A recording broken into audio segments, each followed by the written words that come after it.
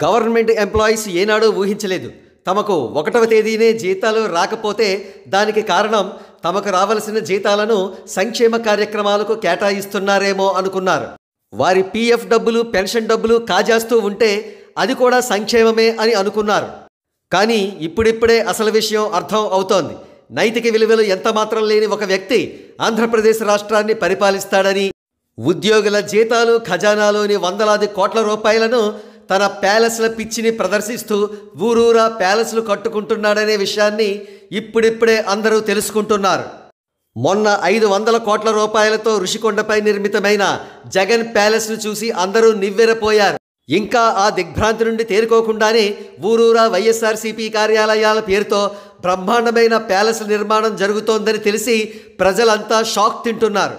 ఆ ప్యాలెస్ల నిర్మాణానికి గాను తీసుకున్న భూమికి ప్రతి సంవత్సరం ఇచ్చే లీజు కేవలం 1000 రూపాయలే అని తెలిసి మరింతగా విస్తుపోతున్నారు. ఈ భూములన్నీ కూడా 33 సంవత్సరాలకు గాను లీజుకు తీసుకోవడం గమనార్హం. మరి ఇప్పుడు కూటమి ప్రభుత్వం ఈ ప్యాలెస్లను ఏం చేస్తుంది అనేది $1 మిలియన్ క్వశ్చన్.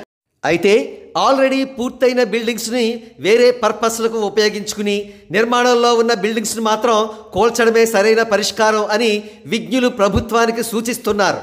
ఏదేమైనా ప్రజల సొమ్ము ప్యాలెస్ల పాలు కావడం మాత్రం అత్యంత విషాదకరమైన విషయం.